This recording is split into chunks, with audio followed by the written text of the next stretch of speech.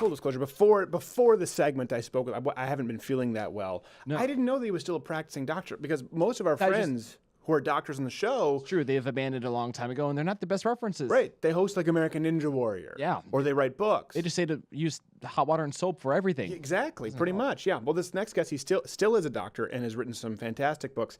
Let me make sure I get them out for there. 4 books: Why Gender Matters, The Collapse of Parenting, Boys Adrift, and Girls on the Edge.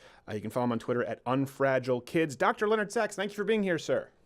Thanks for inviting me. Well, I'm really glad to have you. Ooh, listen to that voice. Is there something about the doctor's voice where you have to have a low, soothing tone? Do they teach you that? I wanted to be a radio announcer. I auditioned. This is WWDB, Boston's talk radio, and they turned me down. So you just said, I'll just go be a doctor instead? Yes. That was my safety's Harvard. So, your timing couldn't be better, obviously. We do this Change My Mind segment on the show. Well, I shouldn't say obviously. You're probably not familiar. Most people don't watch the show, so that's totally fine. We do a segment called Change My Mind, where I'll just talk with people on the street for hours unedited, and it's done pretty well. And the tens of millions of people have been watching them. It's resonated because it's the opposite of cable news, where it's just a conversation, more similar to what you would have in real life. The most recent one was There Are Only Two Genders, Change My Mind. And oh my goodness, doctor. You would have thought that I brought a copy of Mein Kampf out there and slapped it on the table. You've been writing about this for a long time. Can you tell us a little bit about the progression as to how we've gotten to this point, maybe, and where you think it started, this blurring, elimination of gender? This confusion, absolutely. In 1994, the American Psychiatric Association said that they estimated that about 1 in 30,000 adults is transgender, but they said it's so rare that they really can't come up with any good numbers. Last year, Time magazine had a cover story, Beyond He or She, and they had a survey of 2,000 millennials, and they said, are you cisgender or not? And 12%, 1 in 8, said that they were not cisgender, i.e. they're transgender. So we went from less than 1 in 10,000 to more than 1 in 10 in 30 years. Well, that's crazy. Okay, that can't be right. Now, how does that polling must be skewed, I would imagine, because I don't know. Well, that's an outlier. But even legitimate researchers are now claiming that 1%, 2% of young adults are transgender, which again is a 100-fold increase in 20-some years. And I've talked to my colleagues because, I started a practice from scratch and just outside Washington, D.C., grew it to 7,000 patients. I knew every one of my patients well. Mm-hmm. And we have many gay men, many lesbian women. We did not have a single trans individual in those 7,000 patients. And these people confided in me. Right. I knew their secrets that their partners did not know. And I've reached out to others. Now, there's a lot of confusion going on here. My friend and colleague, Larry Cahill at University of California, Irvine, says, okay, male and female may not be binary, but they are bimodal. They are bimodal, meaning more than 99.8% of the human race is either male or female. Right. There's some very rare conditions that we call intersex conditions where a human may actually have both an ovary and a testicle. That happens. Right. But when you add up all those conditions, and I wrote a scholarly paper on that entitled How Common is Intersex? Well, just so you know, in this recent Change My Mind, a self-proclaimed intersex girl sat down and said it was, at least 1.7% of the population is intersex. She says it's probably higher if doctors didn't play God and assign gender at birth. I know that's inaccurate, but I'd love for you to. It is not accurate. She's quoting an assertion made by Ann Fausto Sterling, a professor at Brown, and deconstruct her claim and show it is not science, it is ideology. Mm-hmm. That when you add up true intersex conditions, the highest possible estimate is 2 in 10,000. So the claim of 1.7% or 2% is an overestimate factor of 100. And it matters because 2 in 10,000, that's a rare anomaly. Why, It's the not. the why is my, and I think you get into that a lot as to why gender matters, and you talk about particularly young men quite a bit, the difference between boys and girls. But here's the immediate follow up that we can't do in the change my mind, but I'd love to ask you as a doctor, why?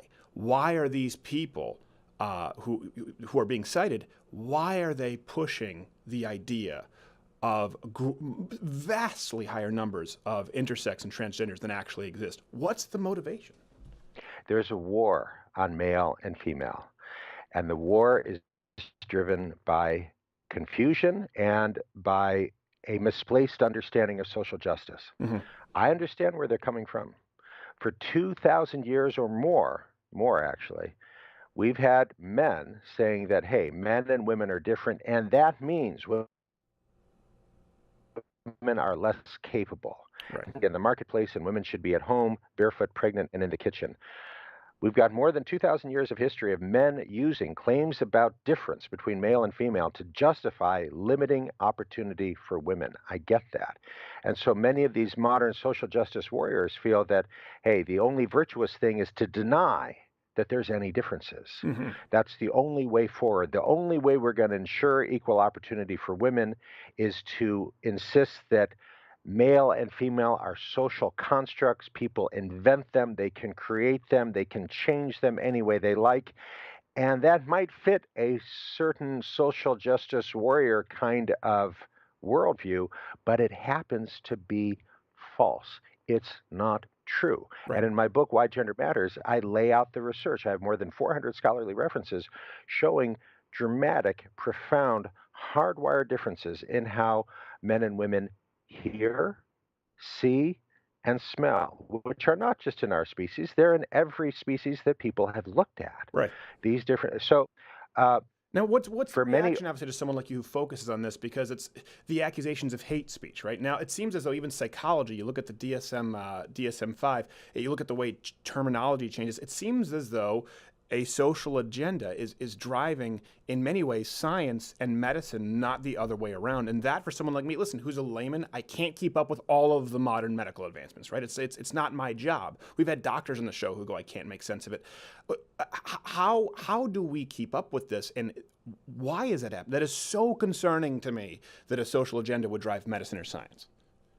well, that was a big motivation for me to write my Why Gender Matters 14 years ago and the revised edition last year because so much has changed. You have to do it every 20 6 years months. ago, 20 years ago, if a girl wanted to roll in the mud and wrestle a hog, that was fine. Now, the parents are asked, maybe your daughter is trans. Have you thought about transitioning her to the male role? This is psychotic, and I mean that quite literally. It is deranged. It is detached from reality. There's all different ways to be a girl. There's all different ways to be a boy. And the ironic result of these social justice warriors is that they are ironically creating stereotypes. Yes. A girl who doesn't want to play with dolls, well, she must be trans. No, she's not trans. And you know what's She's crazy? a girl. There's more than one way to be a girl. And think of And a transgender lot- men. Caitlyn Jenner is a walking Barbie doll, right? Feminists would be furious if anyone else were on the cover of these magazines. It's like, well, no, it's a guy. So the giant, the fake boobs and the perfect makeup and the corset, we're fine with it. Hold on a second. My producer had a question for you. Something I noticed with many of the transgenders we've interviewed, be it on the show or in these Change My Mind segments, almost all of them have been transitioned for like maybe a year, maybe 2 years. It's all a very recent thing, and they like to pretend they've known all along. They've just been denying the truth, and that transgenders have existed throughout every century. Are there statistics to reflect that? We know a lot about this. We've got lots of good studies. We've got people like Dr. Kenneth Zucker, who's been studying kids for 30 years. So 30 years ago, a 5-year-old boy is brought into his office, and the 5-year-old boy says, I know I'm a girl trapped in the body of a boy. I'm a girl. Right. What do we know about these individuals? We know a lot about them because Dr. Zucker's followed thousands of these kids for 30 years. And we know the great majority of those 5-year-old boys who at age 5 say, I'm a girl trapped in the body of a boy, 20 years down the road, that individual most likely will be a gay man. He doesn't want to be a woman. He doesn't think he is a woman. He didn't understand. Look, figuring out that you're gay takes time. If you ask a 5-year-old, would you like to be sexually intimate with a man or a woman? They don't know what that means, nor should they. Just play it safe and put them on puberty blockers, doctor. That's the safe route. I asked my mom, when I was 7 years old, I asked my mom, if I marry a woman, do I have to take off my pajamas in bed with her? And my mom said, yes, you do, but you'll want to. I said, yuck. Look, asking 7-year-olds who they want to be intimate with sexually is not appropriate. It's not meaningful. That 5-year-old has no way of knowing whether he's going to grow to be a gay man, a straight man, what have you. It is malpractice. Yeah. To put that boy in a dress, change his name to Emily, and then prepare to cut off his balls. That is wrong. These are medical terminologies we need not concern ourselves very, with. very sophisticated here. And so I wrote my book, Why Gender Matters, new edition, has a whole chapter on transgender, which wasn't in the old edition, because I'm trying to give that parent guidance. If your 5-year-old son comes to you and says, I'm a girl, what should you do? Well, you don't have to guess. We've got good research from good scientists who've been studying this for 30 years. Don't listen to Caitlyn Jenner or MSNBC. Look at what the researchers have published on this point. It's readily available. I provide the links.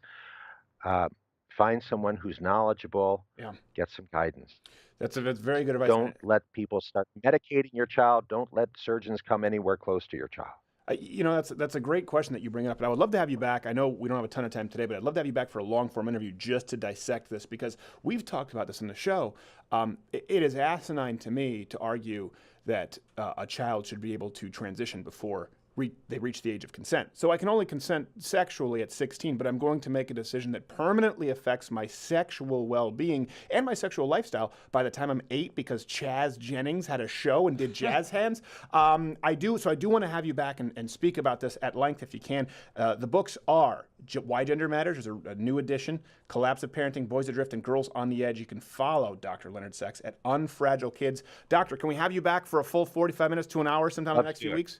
Absolutely. Hey, if you like this video, subscribe, hit the notification bell, or if you want to continue to enjoy free content, support us at louderwithcrowder.com/mugclub, where you get the full nightly show, an hour every day free, along with all of our friends' content. If not, you don't want to do any of those things, you're probably just here, you're watching